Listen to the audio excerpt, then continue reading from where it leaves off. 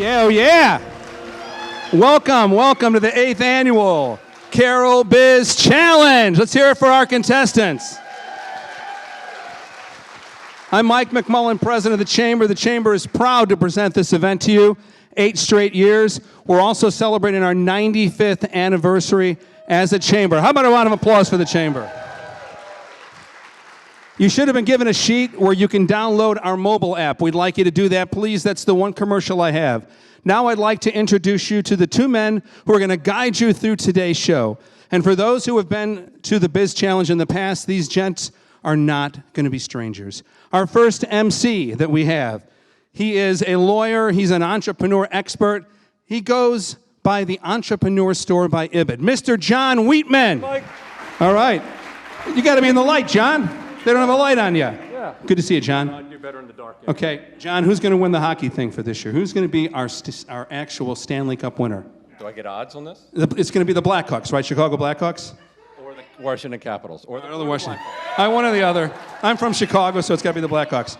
Okay, so I should also thank our friends at the Community Media Center. They are filming this and they are streaming this live to millions of people across the globe. Hello, millions of people. So our next MC comes to us. He is basically Biz Challenge royalty. He founded the Biz Challenge. He pitched this idea to me 7, 8 years ago. Well, I had to be 8 or more because this is our 8th year. Over a few pints of beer at O'Lordan's, and I said, let's do it. And he's an enterprising gentleman. He's the chair of the Chamber's board for this year, and he's the founder of the Carroll Biz Challenge. Let's lift the roof off this place for Mr. Jason Stambaugh. Yeah.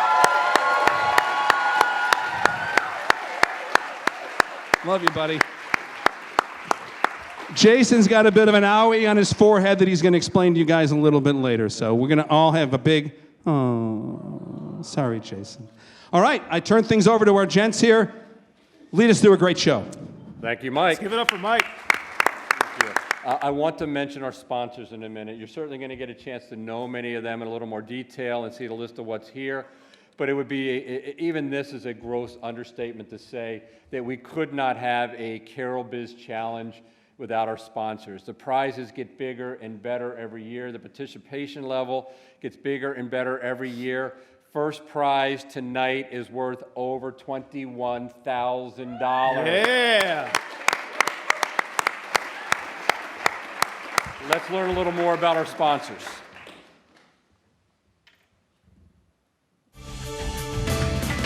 Thank you to all the sponsors of the 2019 Carroll Biz Challenge.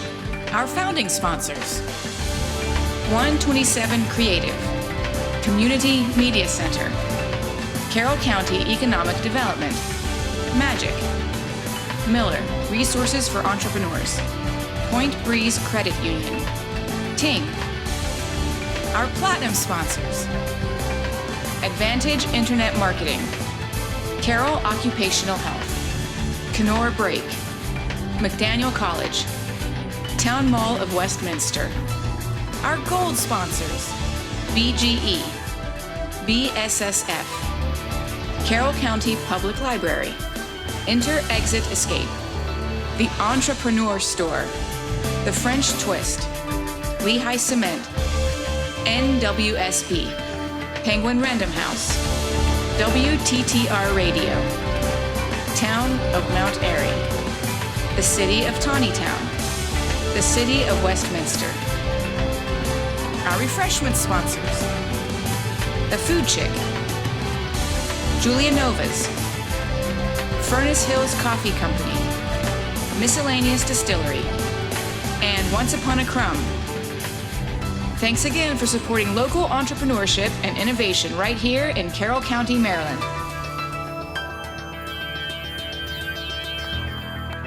Thank you, sponsors. A community-backed effort for sure. Now, we have another very critical element to what we're doing tonight. You cannot have a business pitch contest without judges. You can if you're Marie Kondo. We can't all be Marie Kondo, Jason. Just saying. All right. Is that something you think about often, being Marie Kondo? Maybe. Maybe. All right. It's the life-changing power of tidying up. All right. There you go. All right. Good. good. I'm going to move on. Is that okay? That's fine. You go ahead. All right, thank you. You cannot have a Biz Challenge without judges, and we are very fortunate to have just the best set of judges this evening. Many are back from before. We have an amazing array of expertise and talent here. I do not envy their task. It's hard enough to get from 47 down to 5. Tonight they're going to have to pick one winner from among 5 live pitches and decide who gets the $21,000. So let's hear a little bit about our judges.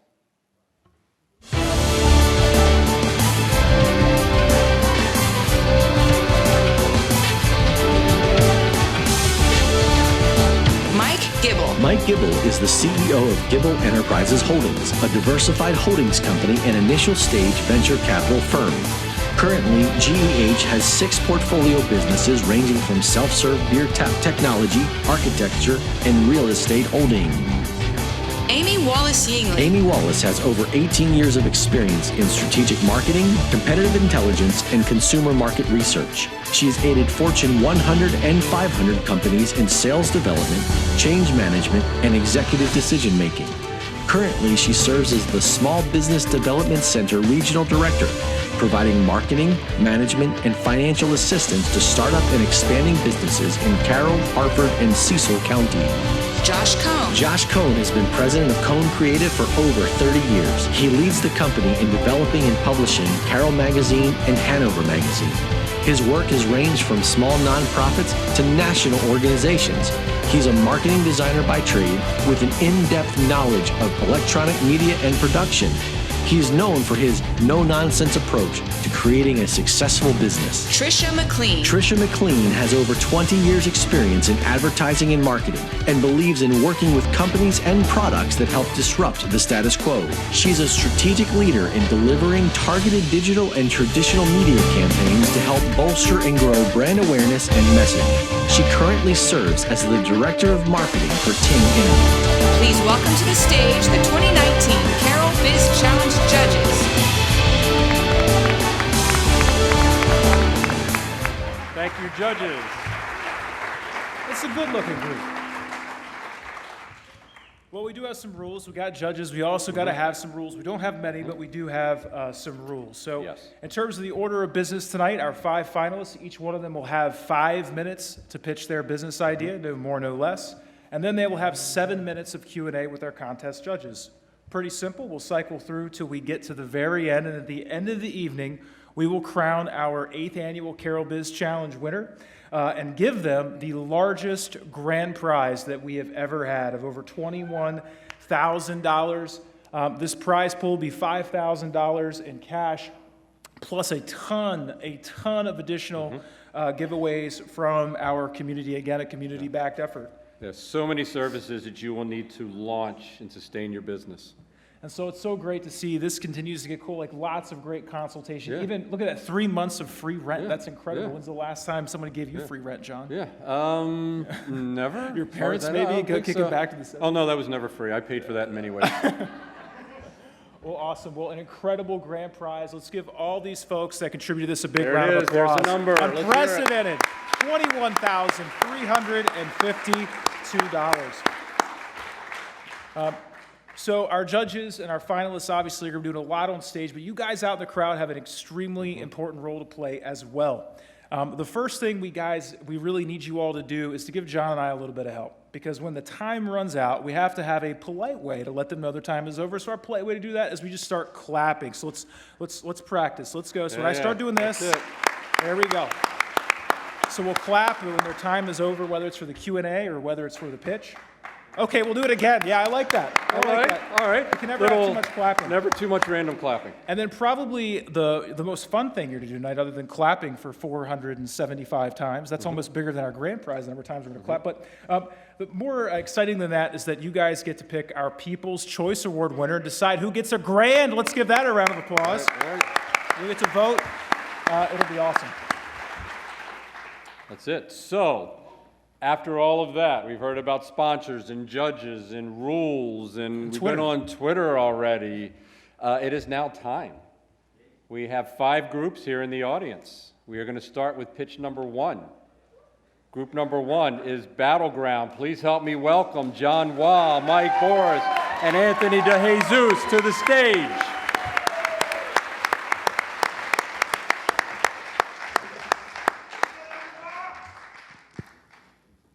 Hi, my name is John Wah. I am one of the co-owners of Battleground, along with my two friends, Anthony DeJesus and Mike Boris.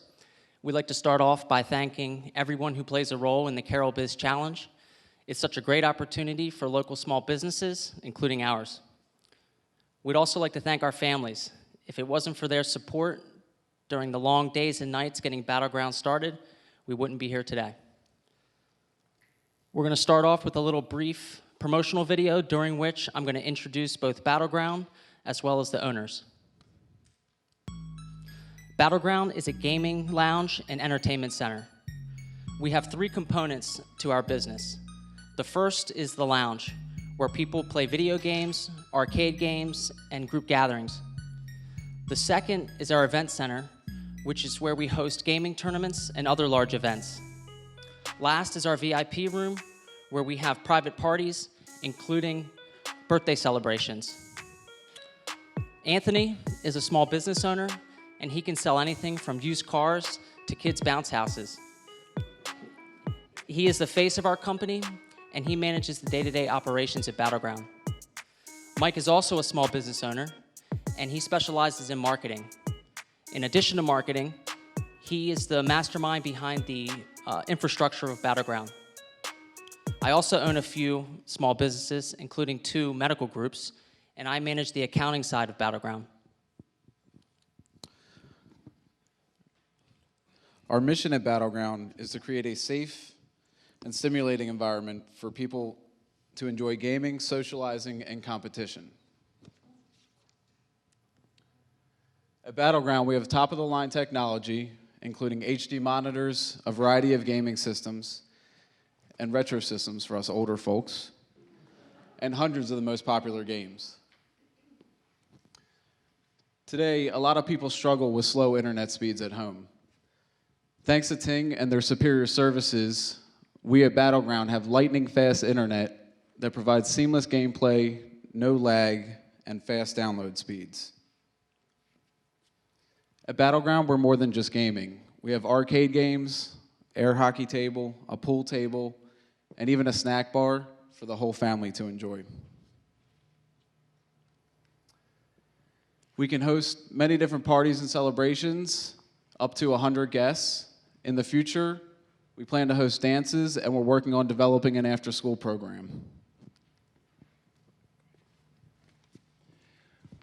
In our event center, we host tournaments weekly. We have 20 to 100 people who enter the tournaments, and one by one, they are eliminated until we are left with one winner. Also in our event center, we host large parties and team building for small businesses, and we also host board and card games. We have dozens of positive reviews from happy customers. One example is Joy. She writes, "My son who has autism has enjoyed playing in his first ever tournaments. They are very helpful for a child that will not talk to most people and can have meltdowns. He has had great learning experience and enjoyed playing against others. I also think Battleground should win the 2019 Carroll Biz Challenge." Oh, thanks, Joy. Now a little sneak peek into our books. So our initial investment was $100,000, which was personally funded between the 3 of us. Our overhead currently is over $5,000 a month, and our gross monthly revenue has grown from $3,600 a month to over $8,700 a month within 2 months of opening. We calculated if we have 17 customers a day in our lounge, this will pay for our overhead alone, and this does not include the revenue earned through tournaments and parties. Our projections are based off of goals that we have set for the first year of business. If we have 4 parties a week, and if we host 4 tournaments a week, and if we see 25 customers a day in our lounge, we can generate $23,000 a month with a net profit of over $17,000 a month. So what will we do with the prize money? Well, this was Anthony's idea. But in addition to that, we would put the money back into Battleground for more games, consoles, TVs, We'd also like to expand our marketing into TV advertising as well as more signage, and we would like to invest into an after-school program, which we're very passionate about. Thank you all for listening, and help us put Battleground on the map. Very good, very good, very good. Pitch number one. Judges, you are up. So you mentioned, can you hear me? You mentioned that you want to support the kids for after-school programs and things like that. Can you go deeper into that, and how are you going to manage excessive gaming with kids, and do you feel that excessive gaming affects their education? So with an after-school program, we feel that we have to manage the expectations. Having kids in school for 8 hours a day and then having them come and study for 4 hours more is not very realistic, and it's not going to be very productive. So the way that we would break it up is we would kind of have it in thirds. A third of the time would be more physical activity, which would be used with the Fun and Fic Factory, which is what Anthony owns in the mall. Another third of the time would be more for study, group study, or tutoring. And then the last third would be more for leisure, which could include gaming or just hanging out. So I would just like to add to Josh, didn't some kid just win $3 million the other day gaming? Yes, he Just did. saying. Yeah, but he can't write in cursive. Well, it's okay. I don't know if that's a neat skill set. They have the best thumbs of any generation, dude. So I was looking at your numbers. So out of curiosity, so I was looking at it was like 17.5 is your profit. So are you guys paying yourself? Or at Currently, some no. point are you like kind of, okay. And Just trying what's to the fill that in. mix and the split? So in terms of fees or food and beverage, like what's your model based on? Oh, is it all fees? Do you have no food and beverage? It's just off customers. Oh, okay. So you don't make any money off of selling drinks and pizza and stuff like that? Well, we don't sell pizza. We have snacks and ice cream and drinks, and we actually didn't even factor that into our profit. We just did just customers. Okay. We do make money off of Explain to me your decision to make the location at the mall. To be perfectly honest with you, it was the fact that the mall was offering great prices for leases. So it was a no-brainer to move in there. We could cut our overhead costs down, start building the business, and then ultimately stay or find another location if we wanted to grow. So do you find that you're marketing towards the kids, or are you marketing towards the parents to bring their kids in? Both. We'll go into that deeper. How are you doing that? So right now we're marketing on Facebook and Instagram. We plan to do more marketing, with billboards. We also have some deals with Groupon and Certificate, and so we're marketing towards parents to bring kids in for birthday parties, specials for kids, special for hourly gameplay, and we also market the tournaments on Instagram, and the kids spread the word to other kids about that, and that's how we've been getting our audience for tournaments. What is the overall cost of getting these licenses for these games, for these tournaments? I understand you had a, general total up there. What is the overall costs of updating everything every year? Well, the games vary from game to game. I mean, a particular game like Fortnite, it's a free game, so it's a benefit there, and that's actually the most popular game out right now. That's what somebody won $3 million playing, was Fortnite. From Epic, for example, we have a creator code, and we are going to start making custom matches, and that's basically sponsored by Epic Games. As far as other tournaments, the cost could just go in per game, so it ranges anywhere from $20 a game to $60 per game. All right, this might sound like a stupid question, but I'm going to ask it.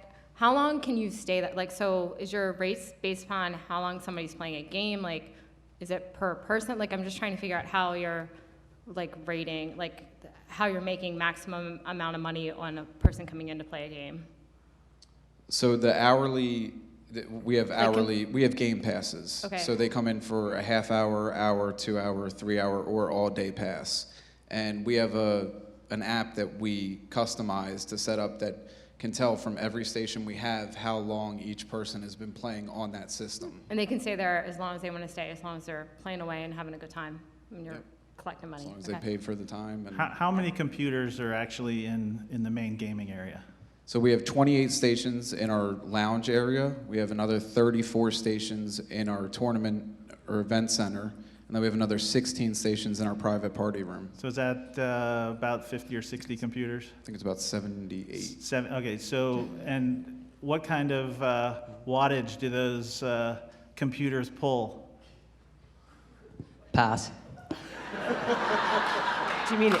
Well, if you're working with computers and you know a computer has a 750 watt power supply, multiply that by 70, you got hair dryers going. You got 70 hair dryers going at one time. So they're all consoles. We actually don't have PC. We have 4 HD monitors for people that want to bring their PCs to compete in certain tournaments, but we don't offer PC at the moment. So it's all Xbox, PlayStation 4, Nintendo Switch, and then some retro systems. What was the electric bill last month? $1,200 a month. Oh, that's a lot less than I thought. Yeah. Any other questions? I guess on a gaming front, are you doing gaming across the states, or like global, or how are you competing there?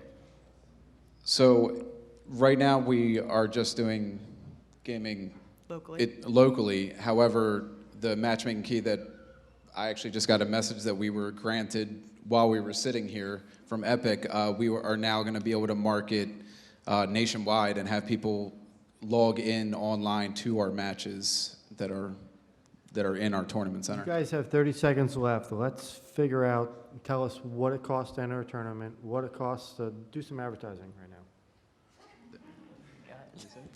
How much does it cost to sign up and play? Oh, it's $25 to sign up and play. Do a commercial, 16 seconds. And then a dance. I mean, Birthday parties. And then write it down in cursive. Do you want me to? We have. Thank you. Your next event is important, and you're busy making it awesome. Make sure the world can see it, hear it, and never forget it. Introducing the Essential Video Package from 127 Creative. We'll capture, live stream, and archive your next conference, workshop, corporate meeting, church service, or live event. First, we'll capture your event with 3 cameras, so you won't miss a moment. We'll capture a PowerPoint or presentation feed, so whatever is projected isn't missed. And we'll capture the audio with a direct connection to the sound system, so every word is heard. We'll live stream your event so the whole world can watch. Then, we'll archive the video to your website, YouTube, Vimeo, or wherever you host your video. Capture, live stream, and archive your next event. Only from 127 Creative.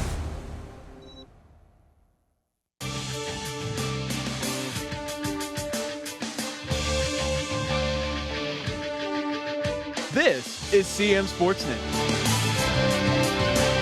bringing local sports coverage to every screen in Carroll County.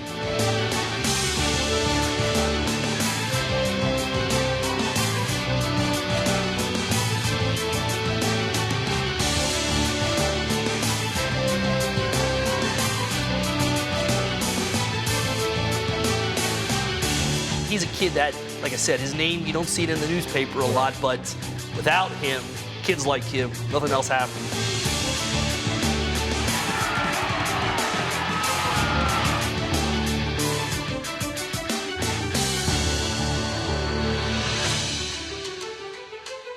Find out how you can join our team and get your business in front of thousands of viewers. Come to the Community Media Center's PM Connection, August 15th from 4 to 6 p.m. and get in the game. Brian Wagner, Fishhead, welcome to the stage, everybody.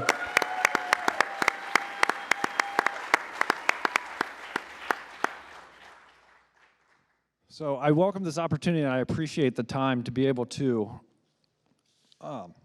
share with you an idea that's focused on helping the environment, but meeting the human need for water diversions. Fishhead is a device designed specifically to improve fish exclusion from water intakes. Water is used every day by almost every living thing on the planet. Specifically talking about lakes, reservoirs, and canals, these bodies of water typically include some kind of purpose and often an intake. Fish that come in contact with these intakes can be injured or killed in the process. Screened or unscreened, there are turbines, impellers, or even just the screens that are meant to keep the fish out. Fish can be moved from one body of water to another, and that's called entrainment. And that entrainment can have its own detrimental effects as well, when the habitat that receives them just simply can't support their life. Acknowledging this deficiencies in the current technologies, the Bureau of Reclamation, along with several other agencies, put out an idea challenge back in January that's still under review. It sought new and innovative ways to improve fish exclusion from water intakes. As a professional engineer focused on civil engineering and site development, I'm considered an expert in stormwater management and drainage. I've been published in trade magazines, and I've spoken at regional and even national conferences on a variety of topics, including the Ellicott City floods. I know water, and I figured I could come up with something. After a few weeks of conceptualizing, the Fish Escape Diversion, or FishEd, was born. It considers the fact that when you put a physical object in the water, inevitably fish are going to come in contact with it. And it strives to create a relatively safe environment inside the device to allow fish to move freely once they come in as water is being screened out, but then they can escape through a secondary opening. This water slowdown is controlled by the change in cross-sectional area. And I encourage all the judges, you can come up here. There are fish, which are beads. Go ahead and drop them in here, and you can watch what happens. So the water moving through the red pipe is moving at a speed at about 5 to 6 times faster than that of the green pipe. The flow is the same. The only thing that's different is the cross-sectional area. So this theory of continuity, along with some other engineering principles, allows a device to be designed to be hydraulically balanced and to function as intended. The $5,000 would go a long way to taking this patent-pending technology to the next level. It would allow further prototype development and also additional testing and refinement of the design calculations while performing some additional patent work. What I'm more excited about really is the other $15,000 in prizes, because that would be instrumental to setting up and organizing the business around this idea, creating a solid foundation for success. Now, I see the business scenario going in one of 3 different directions. One would be simply licensing the patents to businesses and manufacturers that already work and are in the arena of fish exclusion and water intakes. Second would be just retaining the intellectual property and building a business from the ground up. Or third would be what I would hope would be more of a hybrid. The initial concept for FishEd came from high-capacity, large-diameter intakes like hydroelectric dams. But there's nothing to say that technology couldn't be applied to stormwater management facilities and other applications that include water intakes or diversions. The Westminster Community Pond is designed as a stormwater management facility. It has no consideration for fish entrainment or fish exclusion. If someone was to catch a fish that didn't belong in the waters of Maryland, there's nothing to let them throw it into the community pond, have a large storm, and it'd be washed down to even the reservoir. So this third scenario would look at licensing the manufactured and the distribution of standardized devices to business and manufacturers throughout the country and even internationally, while FishEd would retain the large diameter, high capacity intake considerations and those custom installs for their control. I appreciate this opportunity to speak to you today and share this idea with you, and I welcome your questions. But I first must ask, are you ready to help me help protect the environment while meeting the human need for water diversions?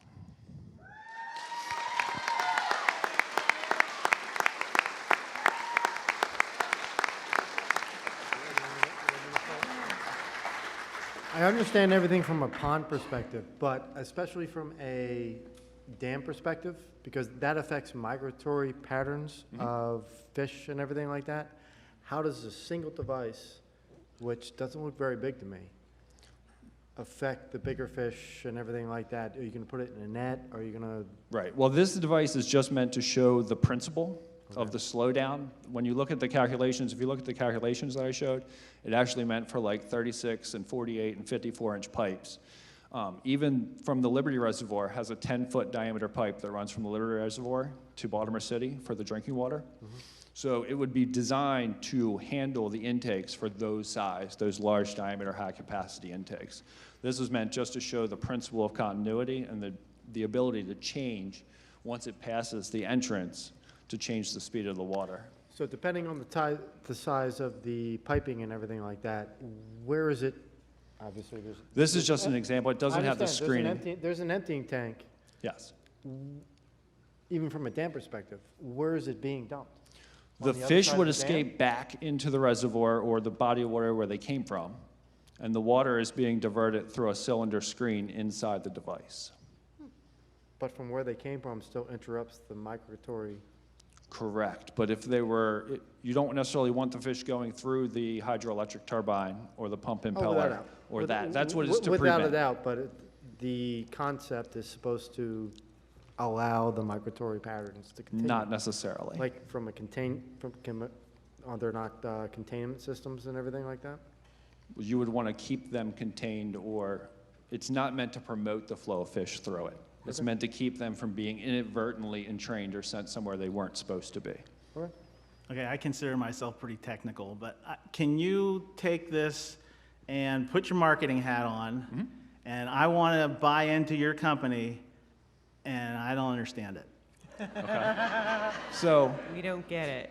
No, we fish intakes and fish screens are very expensive to maintain because they can be fouled by algae and other debris and things like that. So the idea is to have a device that can be attached to the intake that can be easily maintained, can prevent the flow of fish and other animals through it, and meet the need of that demand in a kind of different twist versus just a screen in front of it or.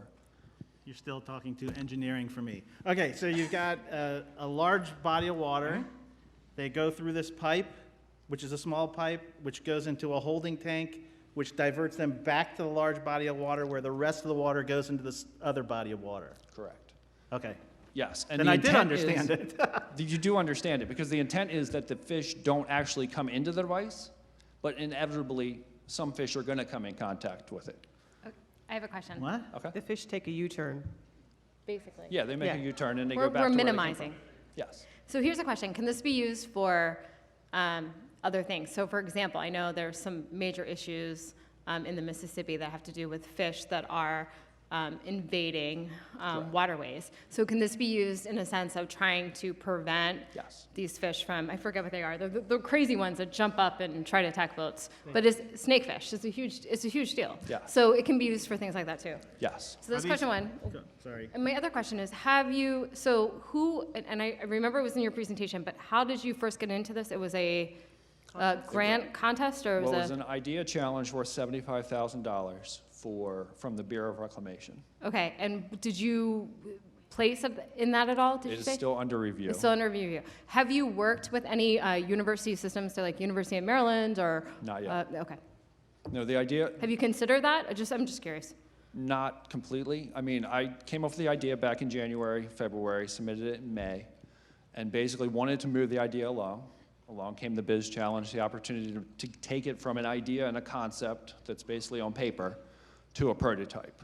Right. So that's the first step to kind of proof of concept. It has the provisional patent based on the idea, but we need to do some additional testing and refinement before we can do the utility patent and further the patent process. And the people buying this would be government? Probably government, mostly. Mostly government. The sell point would be the maintenance. I mean, those intakes that show the screens and that stuff, they cost thousands of dollars a year, a month to maintain. So coming up with something that's innovative and accomplishes that goal, but also can reduce the maintenance cost in the long term. That was actually my next question. What are the maintenance costs for the screens, What's it made out of?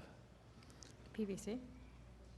We haven't decided that That's yet. just a little model. That's just a model to show We're the. talking gigantic, right? Yeah, probably steel or aluminum, some kind of metal. Oh, it's made out of metal? Yeah. It's not cast concrete or anything like that? No, probably not. So on a scale, like the size of a VW? I mean, it could be as big as a bus, It really. depends on how big the It fish would is. depend on the intake. I mean, you got to remember that the water that I'm leaves trying to the visualize it. the water that leaves the Liberty Reservoir leaves through a vertical cylinder screen. That the screen is on the outside, so fish can come in contact with that and be impinged against it. This would strive to prevent that. But that's a 10-foot diameter pipe that runs from gravity from the Liberty Reservoir to Baltimore City. 98% of us don't understand what you're talking about. So you So understand that you now I do. understand. So that pipe, as the water's going down, the fish can't swim out because the speed of the water going through it, Right. and they die. Yes. So you're saving the fish. Yes. Do you fish? No.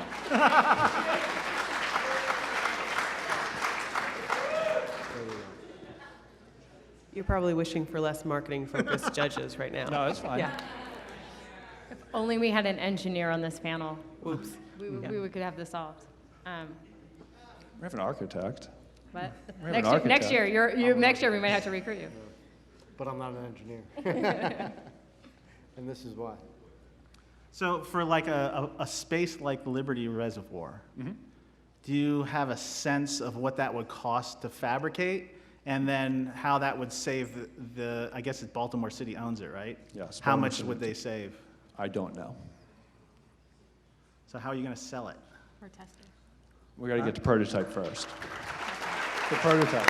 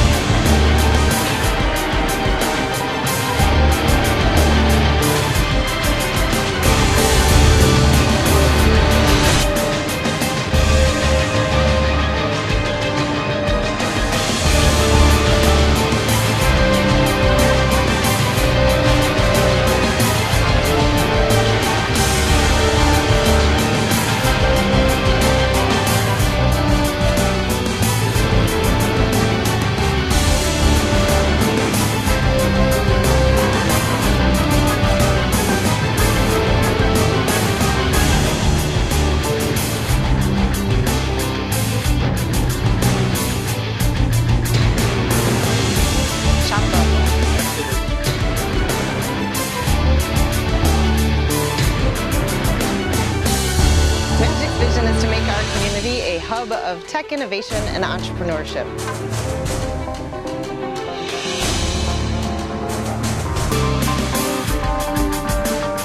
I am here to welcome you to the second annual Carroll County Hackathon. So you're here today to learn how to design, build, and pitch an application. Our mission is one of economic development. Here on Main Street, we need more startups and entrepreneurs to help us create jobs and rapid growth companies. Good afternoon and welcome to Magic's 5th Capture the Flag Ethical Hacking Cybersecurity Competition.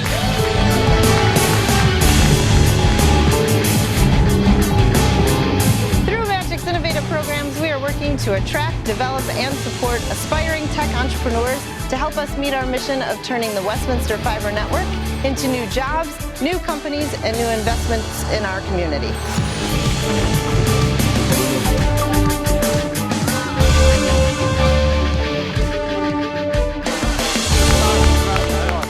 Good work. All right, we have 2 down, 3 to go. And speaking of 3, we have pitch number 3, Codeland. I'd like to welcome Nicholas Datello and Dmitry Slavnikov to the stage.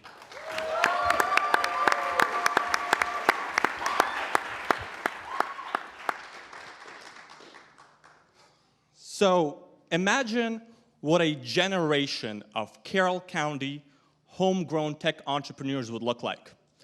what kind of opportunities they would bring to our area, what kind of pitches they'd be giving about their tech startup on this very stage. And now I want you to think about the kind of place that would foster an environment where young people could grow and develop into those tech entrepreneurs.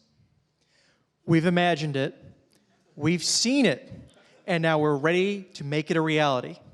We call it Codeland. Hi, my name is Nick. And I'm Dimitri. And the third member of our cohort is Riley Holmes. He's not here today, though. He's not here today because we told him to come on Friday. So hopefully he's watching this live, in which case... Hey! Hey, Riley. But seriously, though, the three of us are not just Imagineers, but we're also software engineers at the local tech startup Scale, which just moved into the town mall recently. Right. If you've been to the town mall, you've probably seen the new logo. And working at a tech startup in Carroll County, it kind of feels a little lonely in that company space, which made us think about what it would take for more companies like ours to get started and to be successful in this general area. And when we thought about it, that's where we saw a bit of an opportunity gap. All three of us have experience in education. I myself was a math tutor at our very own Carroll Community College. Riley was a math tutor at the Mathnasium in Denver. And Dimitri here taught for 3 years to angsty teenagers. Right. I survived middle school twice, which is pretty cool.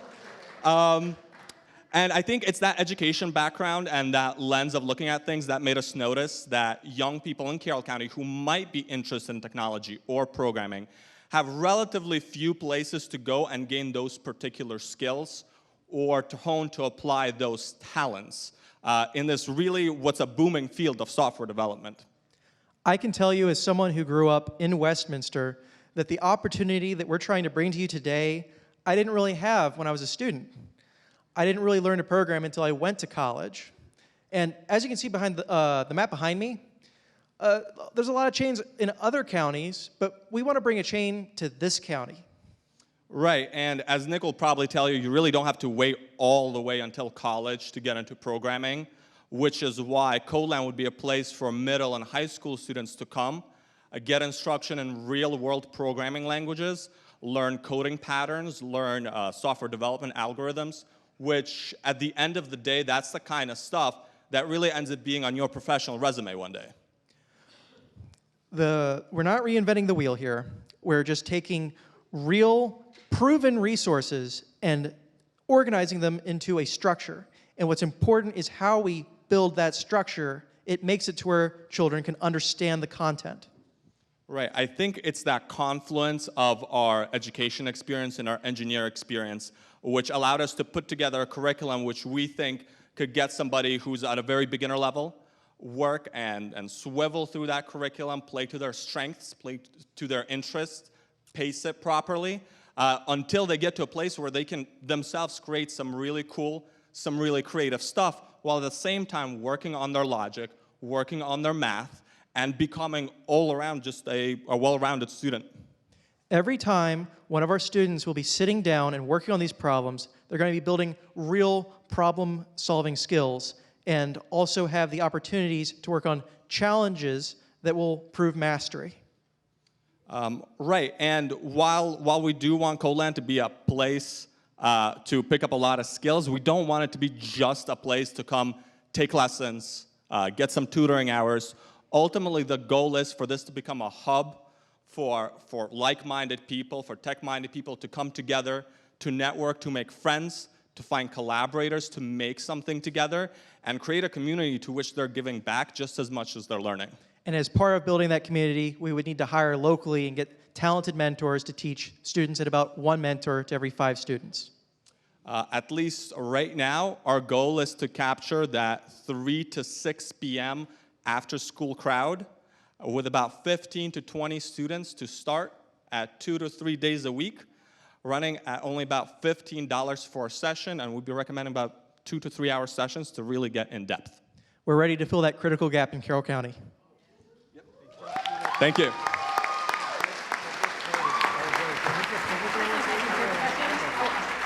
Can you guys go back a slide? Sorry? Can you go back a slide? We like the numbers. Yeah, that was fast. We're like, whoa, That was that's cool. Yep. extremely fast.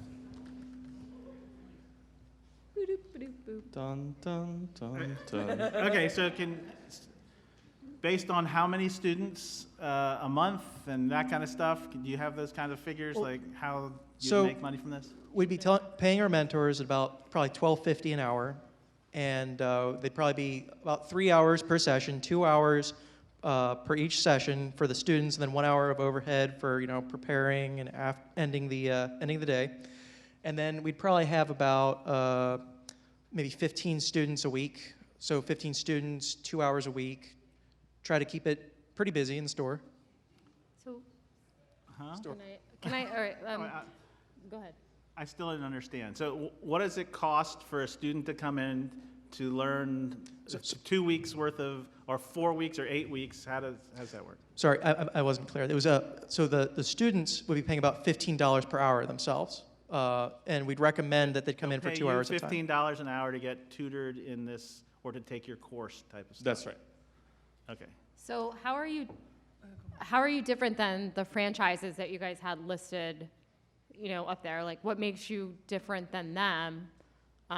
Because in some ways, so anyway, what makes you different than them? So, A couple of things. I think the most important one is, because we've taught before, I can tell you the most rewarding part is teaching people something useful. And a lot of the franchises currently out there they do take a coding approach, but they make it very entertainment-based. So, the coding language they'll be teaching is picture-based, or they're building, a Lego thing that has like 2 or 3 functions or something like that. We are targeting probably, perhaps a slightly older crowd in that late middle school to high school. And what we want to impart onto them are skills that at first might seem a little more academic in scope, but also give them a lot more professional value. What are your guys' backgrounds? Sorry? What are your guys' backgrounds? What do you do? How did you get expertise? So the three of us are all software engineers. We work at scale. I have a general engineering degree from the community college. So I actually have a biology degree, and then I was a middle school teacher, as a matter of fact, for 3 years. And then I went to a coding boot camp where I had to learn at a relatively quick and self-directed pace. This would not be necessarily that kind of deal, but it does draw something from that model about people coming in who are already interested in this, and just giving them the tools and the resources to grow themselves. Oh, is this something you guys would be doing in addition to also still doing software development? Yes, ma'am. Okay. So I was kind of thinking that maybe you and Battleground should partner.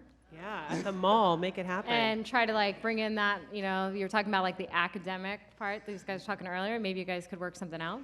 We were actually considering that, maybe go learn programming, and then Yeah. As a reward, go Yeah, play you some can video just, games. walk down the mall and Right, go right. play together. Yeah. Bring some business to the mall. Yep. Okay. Thinking through. Do any of the audience have questions this year? Oh. It used to be I feel like the pressure's all on us this year. In the past, we used to Wait, get the that. pressure's on them? Oh man, I think feel very, okay,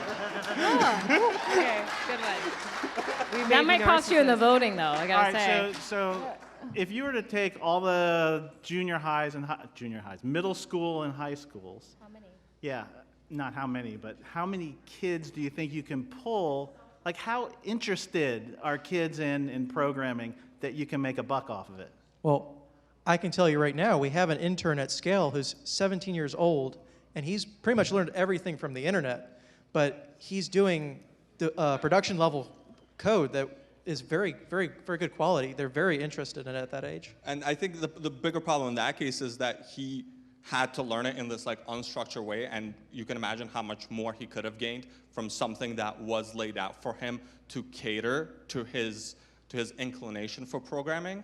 And as to the numbers, we just fortuitously had just before us talk about the hackathon, which Nick, I believe, actually didn't participate but mentored for. And there are a lot of kids who are showing up for those kinds of things. But a hackathon is kind of a one-off event. We want to make this a place to come regularly and grow continuously. So what is your marketing strategy here? Like we were just talking about like kids in schools, what's that number, multiply them out. But like, what is your overall marketing strategy to bring people in? The goal here is to start with a brick and mortar and to get people interested, get the word going. And then as we're growing, we can start licensing the product and or making it a franchise. And on the kind of getting more of those local customers part, I think we are, in fact, very interested in going directly to the schools that are out here in the community. Again, like having been a teacher, I know teachers do look out for those things to get their students involved in all the time and are generally very receptive to that kind of proposition. And we'd be going directly to them and telling them about what we're offering. Seems like it would be better if you just went to the schools and offered your, service to them and right on their site. To me, what is the benefit of doing this in person compared to doing it online? The mentorship.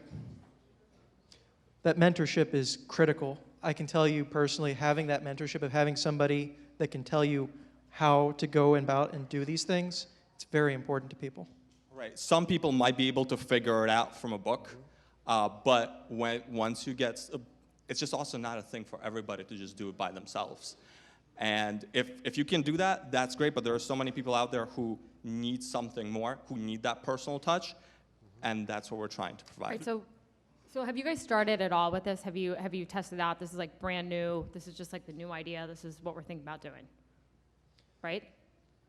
I mean, we have been working on it. Working on it. Okay, got it. So are you going to be teaching soft skills to these kids, like how to talk on the phone and, oh, come on! We can go for it.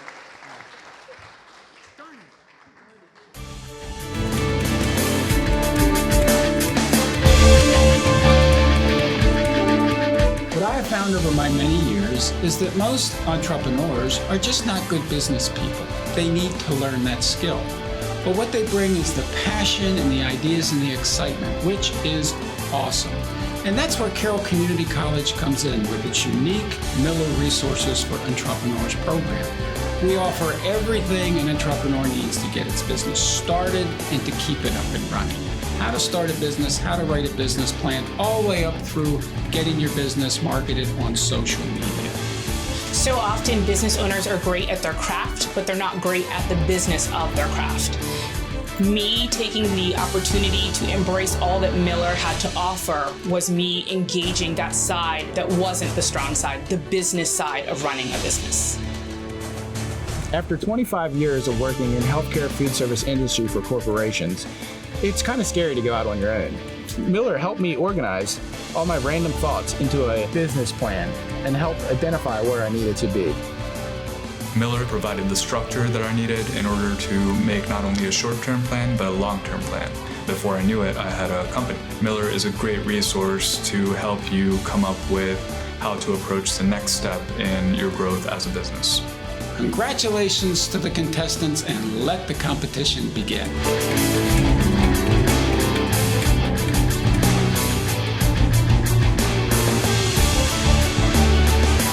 Point Breeze is extremely appreciative of the community members that we have that service our community. We at Point Breeze are just wanting to show how appreciative we are by supplying a small token, lunch for the volunteers and the paid staff of the fire department. So it means a lot to have Point Breeze as a partner with us because we love to interact with the community and we love when the community is able to help us out. It shows their appreciation for what we do on a day-to-day basis and it gives us a better partnership with them to work in the future. We just wanted to give back and thank them for all of the work they do. They are there every day just to support us. So we just wanted to thank them and being a part of the community. This week in particular has been definitely a busy week. It really does make us feel good to know that the community notices us and cares about us. We've got guys at work, so they're here for 24 hours a day and they might be missing meals. We've got our volunteers that are coming in at any hour during the day. If it's helpful for fuel, it kind of brings everybody to the room at one time to kind of sit down and decompress if we're all in the station at that time. It means a great deal to have Point Breeze and other community partners to bring food over for lunch. We run 7,000 calls a year. Lots of the days get really busy, and we have a lot of station responsibilities in addition to the calls. And finding time to stop and grab a bite to eat gets to be really difficult. So the fact that we've been working all morning and we now have the opportunity to go into the day room and grab a bite to eat provided by Point Breeze is really important to us, and we really appreciate it.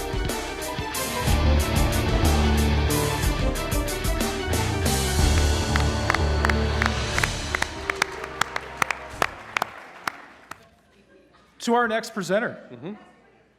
Welcome to the stage, Drifting Dreamers, Brooke and Jeff Schnorr.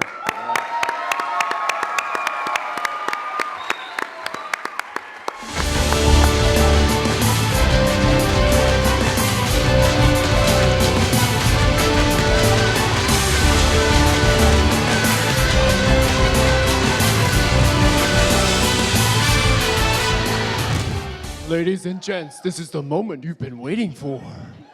Hello, everyone. We are the Drifting Dreamers. We believe that not all who wander or drift are lost, and our dream is to have a business that brings joy and makes people smile. For us, what you see on screen here is what brings the most joy, and we want a family business in Carroll County that supports that. Our family mission is that we know it is our godly calling to bring people together. We're both really good at that, and that is what we love. Our mission statement is that we are an entertainment company that uses social media, technology, unique vehicles to support our clients in reaching various event goals. So what might those event goals be? Let's take a look. Recently, our family was at the 4-H fair, as many of you probably were, and you know it can be painful, especially with kids, getting in and getting past all of the marketing vendors. I've got pens and koozies. Schnorr Insurance will insure you while you sleep. No, we don't need more stuff. Okay. However, if that same vendor offered for our family to have a free photo picture and then it's sent digitally to my phone for immediate viewing, let alone uploading on Facebook and Instagram, I know that our family would stop for a smile. By using Drifting Dreamers, this vendor's goals are being reached. His marketing photo isn't just being hung on the family's fridge, and the koozie isn't being thrown in a drawer. With our technology, we are handing him a list of leads, earned social media impressions, and the vendor knows that he made our family smile. This vendor is a client that we can serve. Our photo booth experience from start to finish is an authentic and refreshing way to engage with customers in a world that is quickly fighting for your attention. Anyone who does marketing knows that you have 3 seconds to get your client's attention. Sorry, my slide. Oh, go. Anyway. With our product, we get our clients to stop and actually look at the picture. So when they're mindlessly scrolling, they'll stop and look at the picture and at least smile. Another event goal our clients may have is to use the photo booth experience to add fun and entertainment to the event. The proof is in the pictures. We show you how successful your event was. Take T-Mobile, for example. They recently used a photo booth experience very similar to ours. In an event with 25,000 people, 15,000 people stopped and took a picture in their photo booth experience. The gallery was then shared 90,000 times. Nearly 100,000 people viewed what happened at T-Mobile's event. I'm pretty sure everyone who didn't go to that event had FOMO, which is fear of missing out, and the people who got to go had an awesome picture and a memory of what happened there. Our technology is fun because it has capability to have a green screen, custom hashtags, props, live feeds, and more. And for the client that hired us, custom branding from start to finish. These are just 2 clients of ours that rent our package. Now, if we go on to our second package, and you take everything that Brooke has just told you, now throw it into a 1968 vintage Volkswagen bus. This is our ultimate package, folks, all right, which also happens to be the second historic car that I've ever owned. You'll meet the first one in a minute. All right, so with our bus, we've partnered with local businesses to decorate the inside and outside. We also use different props for the bus. You can do props as you see on the screen. There's on-screen props, and there's also in-hand props. We also do GIFs and still pictures. Options are limited.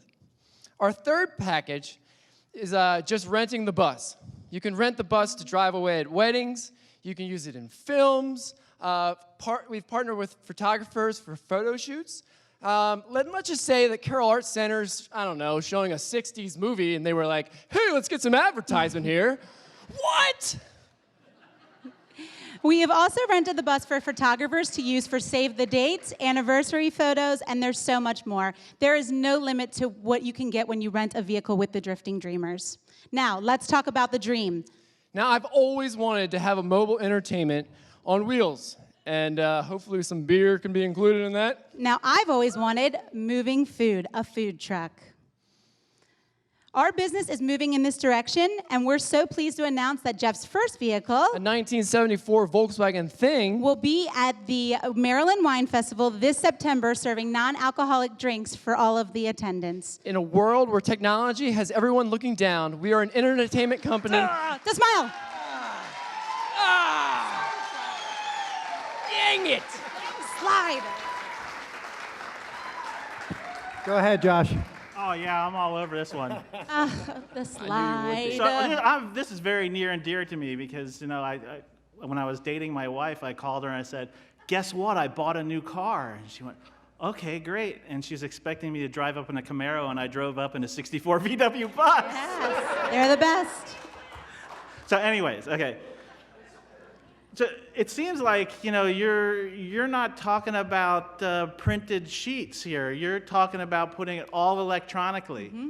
Well, you're competing with iPhones. You're competing with Android phones. Why wouldn't you have a dye sublimation printer and just put it in the bus and print out prints and sell it to them? So it depends. I don't think we're competing. I think we're accentuating them because they come right to your phone and you can then put them on social media. So what's so cool is when we say that we're handing our customer leads, everyone is engaging in that moment, and they actively participate and give their phone number and their email, and that's how they get their picture. We have done surveys, and people do love the printed out copy, and we're not against that. We would love to have that. That's why we entered the Carroll Business Challenge, because we would like to buy a printer and the ink to add. That's what you should use the money for. Exactly. Well, it's on the plan, but I don't think we're competing with them. I think we're adding to the experience because literally they take the picture, they walk away with it on their phone. I know this is coming from Josh eventually. I saw nothing about what's the bus cost gas-wise? What are you guys paying yourself? So honestly, where's the money portion of this? So we invested about $15,000 because Jeff owned the bus and the Thing previously. So just to get them on the road and the photo booth equipment was about $15,000. Our profit, once we are out there, it's all profit. We have a gross margin of about 88%, our accountant said. So there's no cost because everything has now been paid for, so it's all profit. You're forgetting a lot here. Well, you paid for the bus. Yeah. You got to pay that off. No, he owned it. Well, we already owned it. Yeah, I mean, I've had it since 2006, so. Insurance? That's it. Insurance and gas. That's it. Do you drive it daily?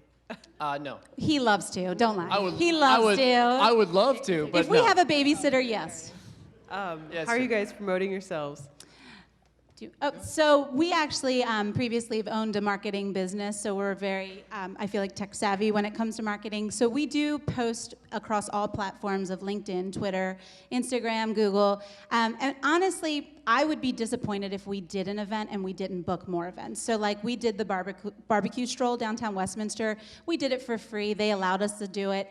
And we booked 3 events just being there. So I would be disappointed if we had to do further paid marketing, just because honestly, the bus and the Thing, they sell themselves.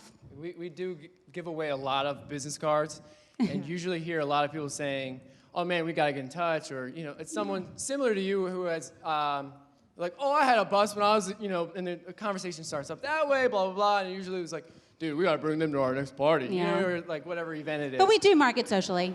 You can see me saying, dude. No, I can't. I'm sorry. It just comes out of you when you're around the bus, Hey, dude. What? I'm sorry, no, dude. Okay, no, dude. All right. Sorry, bro. All right. It's gotta live life.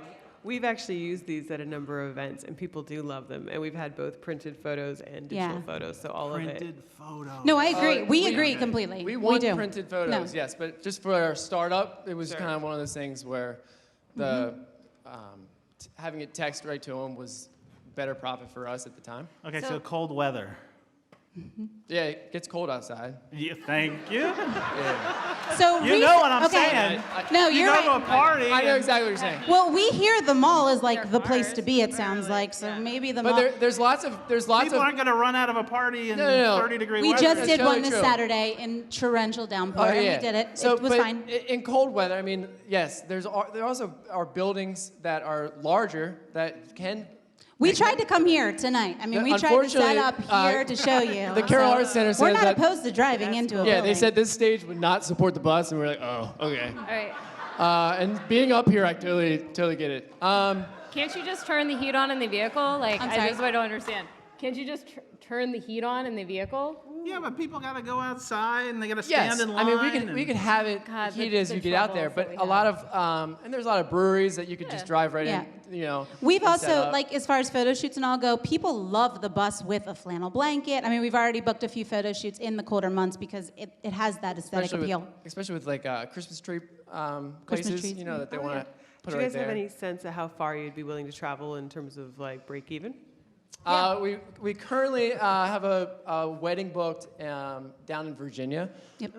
It's coming up, so that's our furthest one as of now. But I mean, The dream is to probably not have to put the miles on the beautiful vintage cars and drive. maybe yeah. tow it to the places and see how So far. if I'm a business and I come in and I say, hey, I want to rent your bus for my party or whatever, and so we come in, you take pictures of people, we say, you know, my company's awesome, and then I would get the email and the contact information of everyone we took a picture of, Yes. so I can do whatever I want to do Yes. with it later. And at the bottom, I don't know if you could see it, but at the bottom of every picture, so I touched on it, the slide was messing up, but brand awareness is we custom make that with you from start to finish. So like, let's say, what is your company?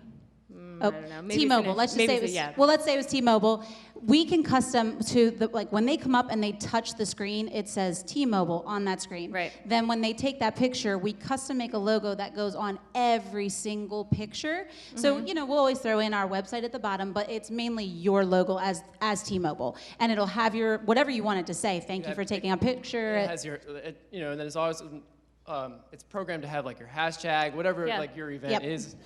But then you get all of the leads, you get the phone numbers. Is there opportunity for you guys to make even and to make even more money by possibly selling lists? I know I might get boos in the audience, but I mean, whoa. I think I would do it as well. I mean, I think we would give it to the client and that is theirs. Yeah. Because, I mean, you are paying us for that service and that is what you get with the service.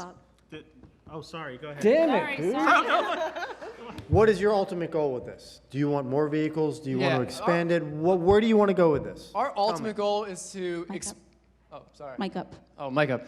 Back up. Our ultimate goal is to, yes, definitely expand. I would love to get it like either another bus or an old historic vehicle and turn it into like a beer tap system and be able to go to events. And I mean, I just think that would be awesome. I've always loved it. That was what Jeff was looking up before all of this happened. These are like both things that I've always loved. We love being with people and like serving them. Like, how better than on with Quick, the beer we got tap 8 seconds. How much does it cost to rent for the evening? About, if it's 4 hours, $800. About $200 an hour, 2 hour minimum.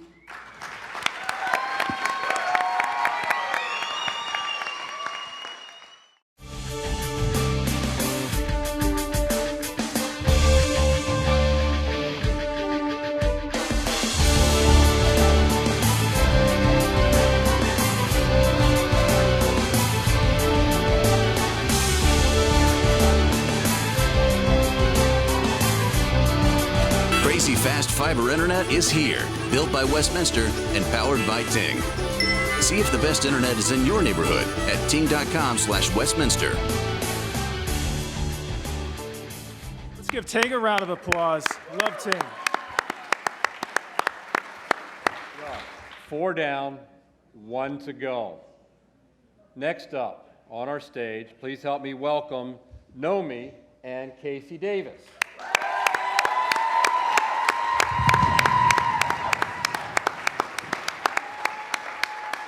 Guess what? Guess what? Doctors are busy. The average doctor has a patient load of about 2,500 patients. Even though studies have shown that the average doctor can provide a consistent high-quality care for about 983. On top of that, electronic medical records don't communicate. And this could be the reason that 49% of doctors are burned out. That's self-reported data. On top of that, medications are really confusing. There are about 7,000 prescription medications. And as we know, they have multiple names, and they're really hard to pronounce. True story. Point is that medication errors and medication issues can create some serious consequences for patients to the tune of 3.5 million office visits every year, 1 million ER visits, 700,000 hospitalizations, and 125,000 deaths. This is when you take medications correctly. And so as we see, healthcare is confusing. And if you're confused, you lose. But guess what? Guess what? Know Me makes healthcare simple. Know Me, got them today at 2 p.m., just in time. Know Me is an electronic wearable ID that with a simple tap then shows your health record on the person's phone. So a doctor or a first responder can know you anytime, anywhere, any situation. Next slide, please. I've been working as a healthcare provider for 17 years. I've worked in the emergency room, I've worked in internal medicine, I've worked in nursing homes. And what I understand is there's a lot of people that need this product. People that can't remember their health history. People that come in, and every day I see it, and Jane can attest. They come in, they describe their medicines as a little yellow oblong pill. And they want me to know what they're taking. And just so you know, there are 1,314 little yellow oblong pills. That's a true stat. This is for my cousin Pip, who has Down syndrome, and she got hit by a bus. And she was taken to the emergency room. She's fine. But when she got there, the only thing that she could tell the first responder or the doctor was her name and her mom's name. It's for my son Cam, who has a peanut allergy. And it's for that college student who's leaving home for the first time, and parents are worried about him. And it's for elderly people, right? We all know someone maybe with dementia. It's for them. But I'll tell you this, if right now you can't tell me the names of every single medicine on your list and every single, the dose, who gave it to you and why they gave it to you, this is for you. And it's super simple. 3 easy steps. Number 1, register at getknowme.com. Step 2, send us your medical information. Step 3, we upload it for you. Our healthcare team uploads it for you, clarifies any questions we have, hit save, and immediately it's updated on your wrist. It even includes important documents like insurance cards, appointment reminders, medication reminders, maybe DNR forms, your latest labs, your latest x-rays, all of that. And you know what? You guys are slow learners. You know what? 160 doctors we surveyed. Didn't tell them what Know Me was. 99% said that they wanted the information that we are putting on patients' wrists. We have a few competitors. I have limited time. We have a few competitors. Smartwatches are too expensive, though. Engraved medical IDs, anytime you get a new health problem, they have to be updated, and they can hold limited information. And there's some electronic ones on the market, but they're USBs, and no hospital system is going to allow you to plug in your USB flash drive into their healthcare system. But the secret thing, the secret sauce to what we do, it makes us different than any other company. We actually provide each customer with a healthcare professional to help them enter the data, to make sure it's accurate, to make sure it's correct, to make sure they're safe. Winning the Carroll Biz Challenge tonight will allow us to start phase 2. And phase 2, very quickly, we will scan your medication list and help you save up to 80%. So that means I'll discuss that during the judges' time. I thought they were clapping because they saved 80%. So finish out what you were saying. Finish it out for us. What are the overall costs and everything like that? Outline it for us. Sure. So basically, we'll pay for itself because we'll be able to help patients save 80% on their drug cost. Okay. We've done our research. We've looked at our focus group. We looked at our competitors. And our focus groups came up with basically, we're looking at 2 price points. We have the Know Me Personal, which ends up being about $8 a month, less than Netflix. And so about $99 for the year. That's completely self-entry. If you choose, maybe you don't have a whole lot of health problems, maybe you're tech savvy, maybe you got this, but you want to have that, maybe you're a cyclist or a runner, you have it on your wrist, okay? The other price point, $16 a month, $199 for the year. That allows you to enter it if you choose. That allows us to help you as well. Our profit margin on the personal is 33% and our 43% on the premium plan. So I really do like this idea of having all your records together, and I think it's incredibly important.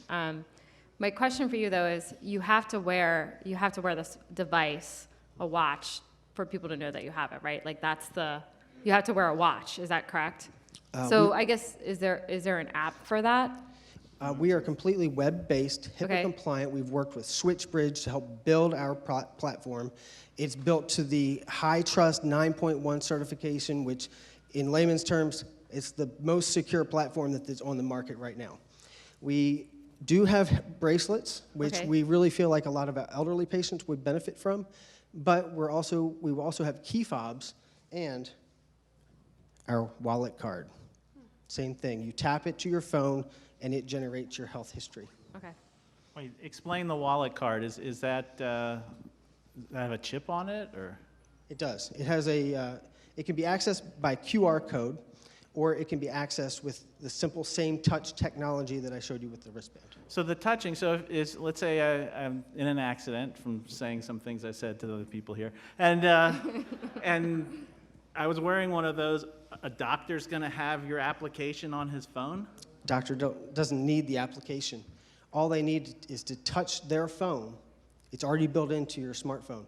They'll touch their phone to your wristband. And we have different layers of security because a first responder is not going to need the same amount of information that, quite frankly, your doctor would, right? So the first responder will have access to your name, your contact information, who you are, medication, maybe allergies. So they know. How does that show up on their phone? It's built into an Apple phone, and let me show you. Okay. Other pocket. Sorry about this. So this is my grandmother's data that I wear. It has her picture. It has her name, her age, the last time the medication record was updated, who her emergency contact is, her insurance information, her allergies, medications. You can expand the amount of medications to find out when she takes it, who prescribed it. Yeah, but don't you have to have an app on your phone? No, sir. It's web-based. Oh, it's web-based? It's web-based. So when you tap it, it automatically opens the browser? Exactly. Okay, and carries through the code and the URL to bring up the person? Correct. Okay. So I heard, so you have a focus group. Yes. So you've done that. So where are you now? So where are you in the? That's a great question, because tonight. Other than being here. No, I'm here. That's a great question, because tonight we're opening up for beta testers. You go to getknowme.com. You can register tonight, and you will receive a 50% discount on the premium subscription. So how are you marketing this right now, other than what you just Another did? great question. I think Carroll Magazine would be a great place to start. Yeah.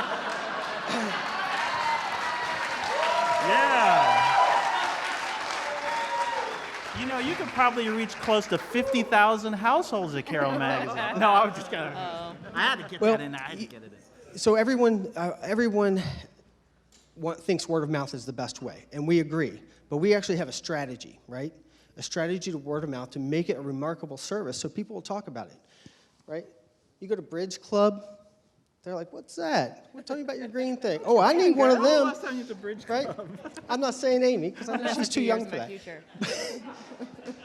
But so word of mouth and looking at different local businesses, past winners, cultivated, having them in store, run more. Steve has an audience that we really, should.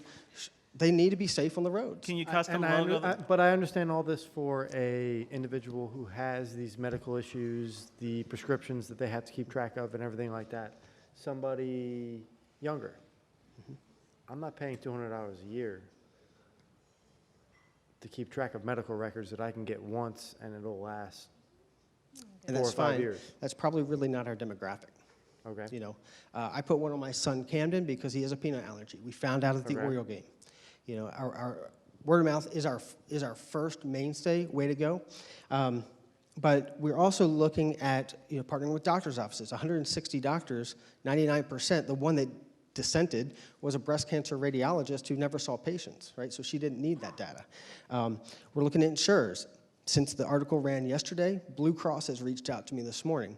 We're in the process of actually, we have a grant on the table with 2 states right now and their Medicare population to outfit nursing homes with this. And we're looking at employers. So word of mouth is one way, but we're looking at a bunch of different options for that. Have you thought about custom logoing the bracelets so that they're like giveaway items and stuff like that? We thought about it, but to be honest with you, I think we're going to stick with the green because it stands out, and a first responder, whether you're in, Howard County, Carroll County, Washington County, you're going to recognize that with brand identity, you're going to recognize, there it is. We need to check that. Would you be able to carry it through to be able to tap someone's phone rather than carrying a wristband? So in other words, if, I'm not a jogger, but I'm out and I get hit by the bus, and my phone's in my pocket, could the responder go in and find my phone and tap it and get the information? It wouldn't be tapped from the phone. It's tapped No, from... I know, I understand, but could it launch and send the data to the app? And sorry. Thank you. You know what I'm saying? Thank you.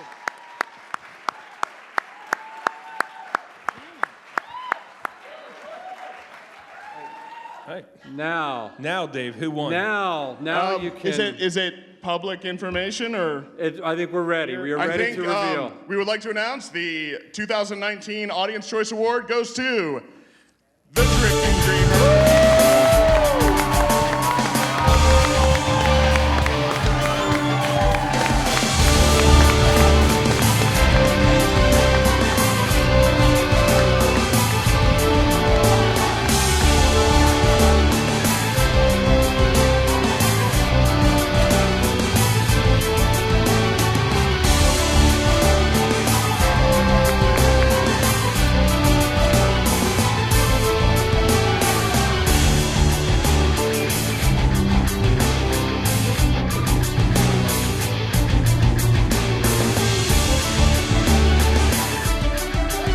The Drifting Dreamers!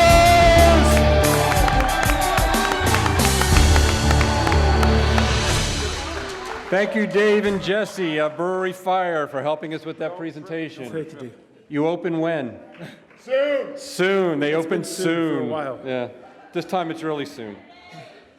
All right. That means we have one thing left to do. We got the grand prize. This is the big deal. Who is going to get $21,352 of value? Yeah. Who is it, John? We're going to find out. We're going to find out. And to announce our grand prize winner, please join me in welcoming Mike McMullen, president of the chamber, back to the stage.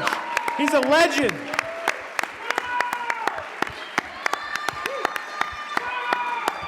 Take it away. Are they? Nominated to speak for the judges. I just want to thank everybody for coming out tonight, and we had a blast. We were back there debating. It was not unanimous, but it was very interesting debate in the back, and I want to tell you who it is, but it's up to Mike.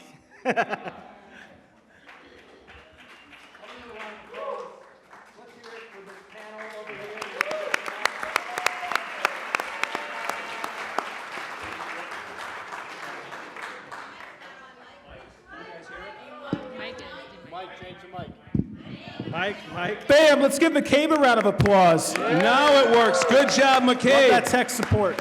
Love that tech support. All right, once again, before I read the name, I always like to go over the fact there's 5 of you out there. One's going to win this, right? That doesn't mean the other 4 are not winners. 47 applied. All of them are winners. They went through the process of thinking it through. All of you guys are winners. Where's Vince? Where's Vince? Nobody says winner as good as Vince. So, that being said, for the 8th annual Carroll Biz Challenge, I'm very happy to announce our grand prize winner, Nomi.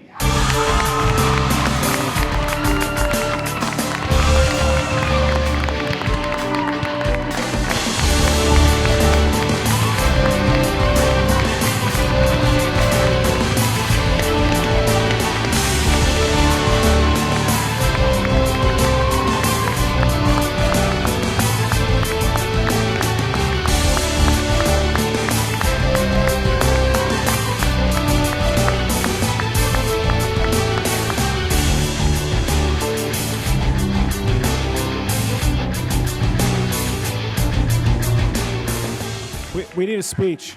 Definitely need a speech.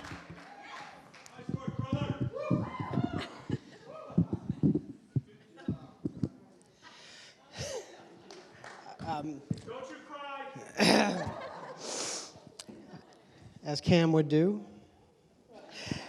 So I first have to thank this woman right here. She's put up with the late nights, the crazy behavior to get this off the ground. Like I said, it's been a 6-month process, a 6-month journey from concept to beta, and it's been insane. And from the team that has helped make this happen, can we raise the lights?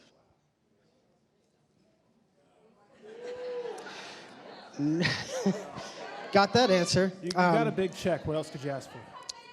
But for my parents, I got to say thank you to them, to my father-in-law, to my kids. All of them have put up with this. And Zach and Ashley Worley, I appreciate their help. Stand up. Where are you guys? Aaron Davis, get up, for helping build the platform. Just really great. And for all the friends and family that have supported us. This is a journey that we've prayed for. We're in a battle right now, and this is going to help a lot of people and change a lot of lives, and it starts here with you guys tonight. I just imagine 1 year from tonight and what you guys have allowed us to do, and when we start hearing the stories that pour in of how Nomi has changed lives, thank you, judges, because we are going to, I can't wait to share them with everyone. I already had a woman, just based on the newspaper article yesterday, reach out to me from Hawaii, and her 13-year-old son has non-Hodgkin's lymphoma, and she wants to know how she can put Nomi on her son. And we're going to make a difference. Thank you. Give me a round of applause. Thank you guys so much, so much. Congratulations, congratulations.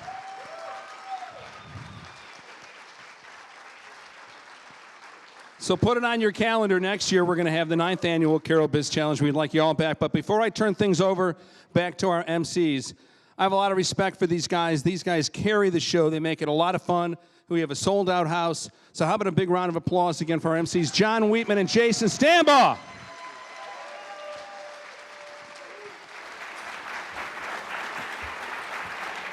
So what? That's almost a wrap. It's Number almost 8. a wrap, and I think this is my 8th time emceeing this event, and I think you kind of saw a bit of this in Nomi's, winner's speech, if you will, but it really does take a community from first to last to help a business owner and a business idea succeed. This event year over year has helped to create that community. I'd like to believe that we have so many entrepreneurs, so many families that have been helped by this event and program. So I ask as we gear up for next year that if you know somebody who has an idea that's been waiting for that opportunity, this event, this competition is their opportunity. So thank you to all the supporters for coming tonight. Thank you. Yeah. Let's get one more last round of applause, and then we'll set you free. One for our judges. Judges, thank you very much. For all our sponsors that make tonight possible. Amen to that. To the CMC Absolutely. and Carroll Arts Center, let's give them a round of applause. Community Media Center. Steve Lowe and his crew at 127 Creative for the production, along with CMC. Thank you all. And thank you, John. That's it. And, yeah, well, that's fine. And for the gentleman next to me who had surgery yesterday and is here with us, Jason, thank you. You're a trooper, bud. All right. Well, that's it, folks. Thank you guys so much. We'll see you back here next year. Yeah, see you next year.